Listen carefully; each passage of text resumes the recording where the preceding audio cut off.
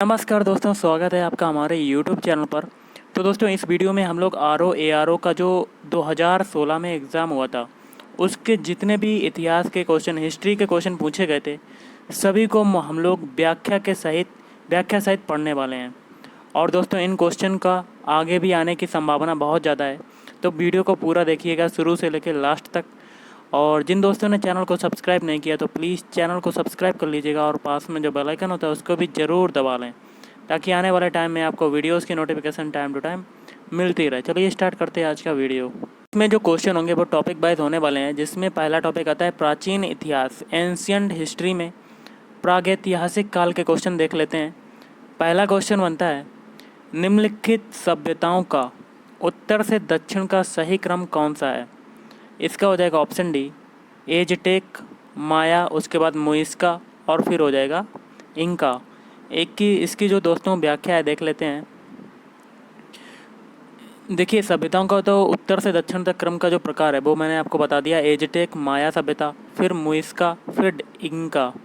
उल्लेखनीय है कि एजटेक सभ्यता का जो विस्तार है वो मेसो अमेरिका के उत्तरी भाग पर, माया सभ्यता का विस्तार मेसो अमेरिका के दक्षिणी भाग पर था, और जो मुइस्का है सभ्यता का जो विस्तार हुआ है वो अमेरिकी महाद्वीप के कोलंबिया के पूर्वी भाग में, जबकि जो लास्ट वाली जो सभ्यता है इंका सभ्यता, इसका जो विस्तार हुआ था वो दक्षिणी अमेरिका के पश्चिमी भाग में था।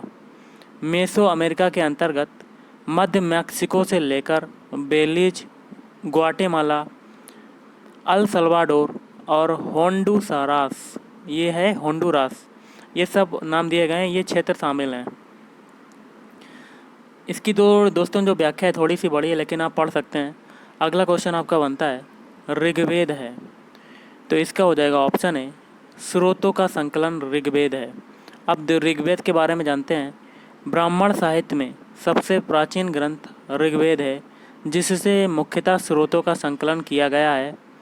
और ऋग्वेद में टोटल कुल 10 मंडल और 1028 सूक्त हैं। ओके, ये इंपॉर्टेंट क्वेश्चन बनता है कि ऋग्वेद में कितने मंडल हैं तो और कितने सूक्त हैं। अगला क्वेश्चन आपका बनता है, बौद्ध, जैन, भागवत एवं शैव धर्म। तो दोस्तों, पहला क्वेश्चन जो इसमें हो जाता है, बुद्ध द्वारा रूपांतरित निम्न व्यक्तियों में से कौन सा अंतिम था? Option D, Subhadra.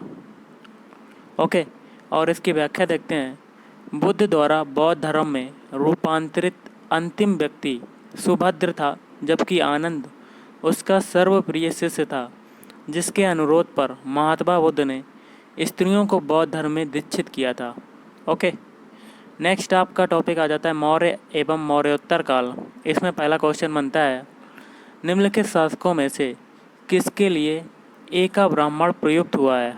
Option C, Gautami पुत्र सातकर्णी। अब देख लेते हैं, एका ब्राह्मण अथवा कह सकते हैं अद्वितीय ब्राह्मण सातवाहन शासक गौतमी पुत्र सातकर्णी को बलश्री के नासिक अभिलेख में कहा गया है।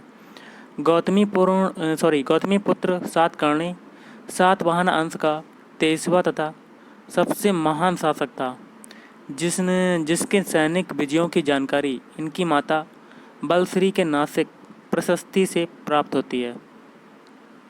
अगला क्वेश्चन आपका बनता है, समुद्रगुप्त के प्रयाग प्रशस्ति वाले स्तंभ पर निम्नलिखित में से किसका लेख मिलता है? तो ऑप्शन ए हो जाएगा जहांगीर। तो इसकी व्याख्या देखते हैं। हरिसेन रचित प्रयाग प्रशस्ति समुद्रगुप्त के विषय में जानकारी का एक प्रमुख स्रोत है, जिसमें जहांगीर का एक लेख, रानी कारूबाकी का लेख तथा अशोक का निर्देश भी खुदा हुआ है। उल्लेखनीय है कि यह अभिलेख मूलतः कौशाम्बी में स्थापित था, जिसे अकबर द्वारा इलाहाबाद के किले में स्थापित करवाया गया था। अगला है, निम्नलिखित में से कौन सुमेलित नहीं है? आपको गलत वाला बताना है। ऑप्शन सी हो जाएगा गलत वाला। बाकी के जो 2-3 हैं वो सही हो जाएंगे, जिसमें कुषाण का संबंध हो जाएगा स्वर्ण एवं ताम्र, गुप्त का संबंध हो जाएगा स्वर्ण एवं रजत, और कलचुरी का हो जाएगा स्वर्ण, रजत एवं ताम्र। इसकी व्याख्या देखते हैं। सातवाहनों ने स्वर्ण सिक्कों का प्रचलन नहीं करवाया था, अपितु उसके स्थान पर चांदी, तांबा, सीसा व प्रोटीन के सिक्कों का प्रयोग किया था। इस प्रकार आपका विकल्प सी सही हो जाएगा। अगला क्वेश्चन आपका है, निम्नलिखित में से किसका शिखर द्रविड़ शैली में बना हुआ है? ऑप्शन बी, ग्वालियर का तेली मंदिर। अब देखिए थोड़ी इसकी व्याख्या देख लेते हैं। ग्वालियर के तेली मंदिर में नक्काशी मूर्तियाँ उत्तर भारतीय शैली में, जबकि शिखर द्रविड़ शैली में निर्मित किया गया है। उल्लेखनीय है कि इस मंदिर की वास्तु शैली में हिंदू और बौद्ध दोनों वास्तुकला का मिश्रण समाहित किया गया है। अब मध्यकालीन इतिहास, इसमें पहला टॉपिक आता है दिल्ली सल्तनत, जिसमें पहला क्वेश्चन बनता है, निम्नलिखित में से कौन सी इल्तुतमिश के राज्यकाल में सल्तनत की राजधानी थी? ऑप्शन डी हो जाएगा दिल्ली। देखिए इसकी व्याख्या क्या है। कुतुबुद्दीन ऐबक के समय सल्तनत काल की राजधानी लाहौर थी, किंतु ऐबक की मृत्यु के पश्चात इल्तुतमिश ने 1210 ईस्वी में सल्तनत की राजधानी को लाहौर से दिल्ली स्थानांतरित कर दिया था। निम्नलिखित में से कौन राजा मोहम्मद गौरी द्वारा चंदावर के युद्ध में पराजित किया गया था? Option B, Jaichandra. इसकी व्याख्या देखते हैं। मोहम्मद गौरी द्वारा चंदावर के युद्ध जो कि हुआ था 1194 ईस्वी में गहड़वाल शासक जयचंद्र को पराजित किया गया था, और जयचंद्र गहड़वाल वंश का अंतिम शासक था, जिसके दरबार में संस्कृत के महान विद्वान श्री हर्ष रहते थे। उन्होंने नैषध चरित नामक ग्रंथ लिखा था।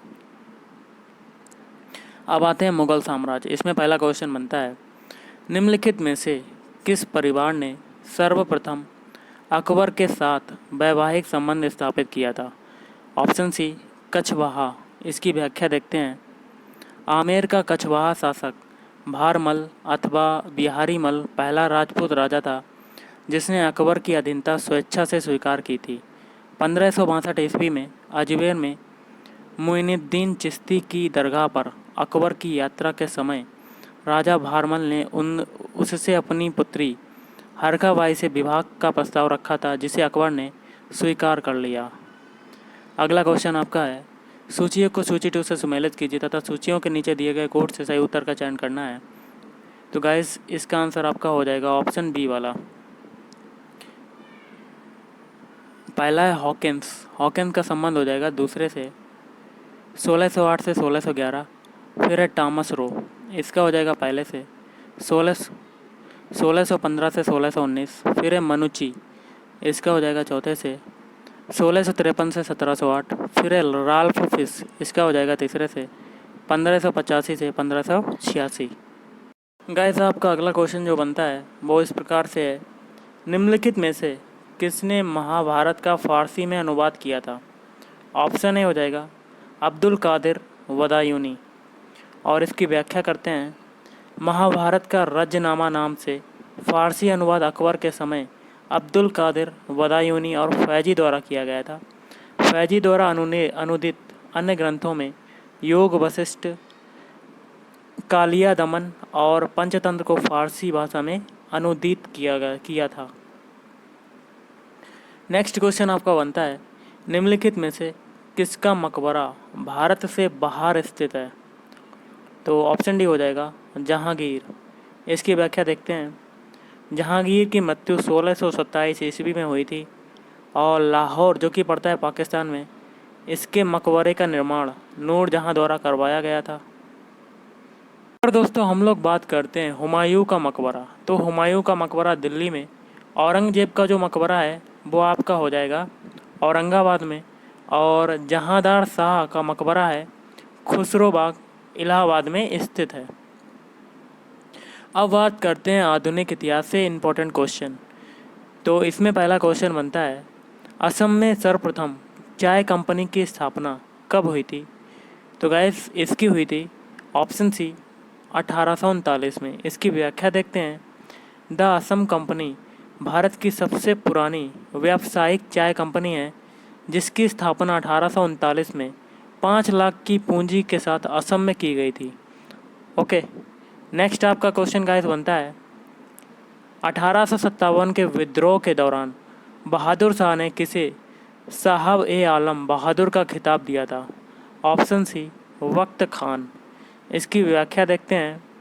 1857 के क्रांतिकारियों में एक उपेक्षित किंतु महत्वपूर्ण नेता वक्त खान था, जिसने 11 मई 1858 को मुगल सेनानायक के रूप में विद्रोह का नेतृत्व संभाला था। वक्त खान को बहादुर शाह जफर द्वारा साहब ए आलम बहादुर का खिताब प्रदान किया गया था और जुलाई 1581 में दिल्ली में एक विद्रोह न्यायालय की स्थापना भी की गई थी, जिसका जो प्रधान था वो वक्त खान को बनाया गया था। नेक्स्ट आपका क्वेश्चन है, सूची 1 को सूची 2 के साथ सुमेलित कीजिए तथा सूचियों के नीचे दिए गए कूट से सही उत्तर का चयन करना है। कूट के माध्यम से आपको मिलान करना है। ऑप्शन है, पहला है पुदुचेरी या कह सकते हैं पांडिचेरी, इसका संबंध हो जाएगा दूसरे वाले से फ्रेंच। फिर है गोवा, इसका हो जाएगा तीसरे से पोर्टुगीज। फिर है ट्रांकेवार, इसका हो जाएगा चौथे से डेनिस या कह सकते हैं डेन। फिर आता है मद्रास, मद्रास का संबंध हो जाएगा पहले वाले से डच। तो इसकी व्याख्या दोस्तों नहीं देखते हैं और अगला क्वेश्चन आपके देख लेते हैं। निम्नलिखित कथनों पर विचार करना है और कोड से सही उत्तर का चयन करना है गाइस। तो गाइस इसका आपका आंसर हो जाएगा ऑप्शन डी वाला, ए गलत है किंतु आर सही है। कारण जो है आपका आर वो सही हो जाएगा, जिसमें क्या कहा गया है, गांधी इरविन समझौता 1931 में भारतीय राष्ट्रीय कांग्रेस का दूसरे गोलमेज सम्मेलन 1932 में भाग लेना अंतर्निहित था। अब दोस्तों इसकी व्याख्या देखते हैं। महात्मा गांधी ने दूसरे गोलमेज सम्मेलन जो कि हुआ था 1932 में भारतीय राष्ट्रीय कांग्रेस का प्रतिनिधित्व किया था। गांधी इरविन समझौते जो कि हुआ था 1931 में भारतीय राष्ट्रीय कांग्रेस का दूसरे गोलमेज सम्मेलन में भाग लेना अंतर्निहित था और इस प्रकार प्रसंगत कथन असत्य है, जबकि कारण जो है सत्य हो जाएगा। ओके। और दोस्तों इसके आगे कहा गया है कि गांधी इरविन समझौते में इसके अतिरिक्त सविनय अवज्ञा आंदोलन के स्थगन मतलब खत्म होना, कांग्रेस द्वारा वितरित सामानों का बहिष्कार नहीं किया जाना आदि प्रावधान हस्ताक्षरित किए गए थे। अगला आपका सूची 1 को सूची 2 से मिलान करना है। तो सूची 1 में क्रांतिकारियों के नाम है और सूची 2 में स्थान है और आपको कोड के माध्यम से मिलान करना है। ऑप्शन डी हो जाएगा आपका आंसर। पहला है नाना साहेब, इसका हो जाएगा दूसरे से कानपुर। फिर है नवाब हामिद अली खान, इसका हो जाएगा पहले से दिल्ली। फिर है मौलवी अहमद उल्लाह, इसका हो जाएगा लखनऊ।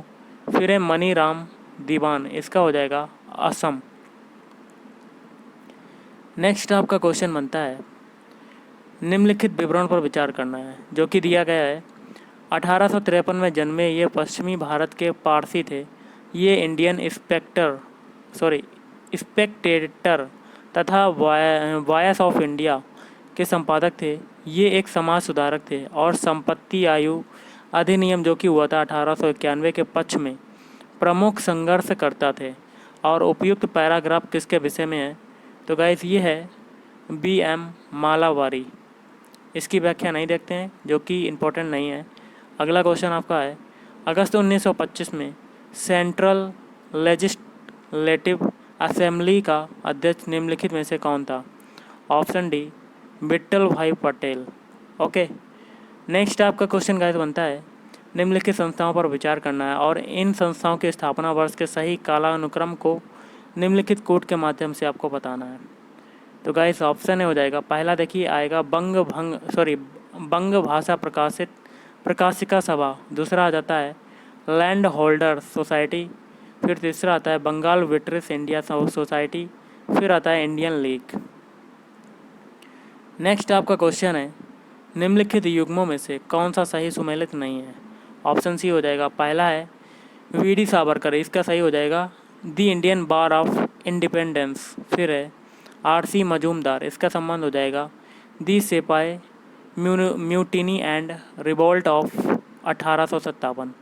फिर है डी S.B. चौधरी, इसका हो जाएगा द इंडियन म्यूनिटीजनीज। ओके। और आज का आपका अगला क्वेश्चन जो बनता है कि ब्रिटिश भारत के निम्नलिखित प्रांतों पर विचार कीजिए और उन प्रांतों को पहचानिए जहां 1937 में भारतीय राष्ट्रीय कांग्रेस का मंत्रिमंडल नहीं बना। तो गाइस देखिए कथन दिए गए हैं और इसको आपको कोड के माध्यम से चुनना है, तीसरा और चौथा। तीसरा हो जाएगा बंगाल और चौथा हो जाएगा पंजाब। और इसकी व्याख्या देख लेते हैं। भारत शासन अधिनियम 1935 के प्रावधानों के अनुसार संपन्न चुनावों में भारतीय राष्ट्रीय कांग्रेस ने 6 प्रांतों जो कि थे मद्रास, बम्बई, मध्य प्रांत, उड़ीसा, बिहार और संयुक्त प्रांत में बहुमत से मंत्रिमंडल का गठन किया था, जबकि पश्चिमोत्तर प्रांत तथा असम में कांग्रेस ने अन्य सहयोगियों के साथ मिलकर मंत्रिमंडल का गठन किया था। तो गाइस आज के इस वीडियो में इतना ही। अगर आपको वीडियो पसंद आए वीडियो को लाइक करें, शेयर करें और चैनल को भी सब्सक्राइब करें। Thank you.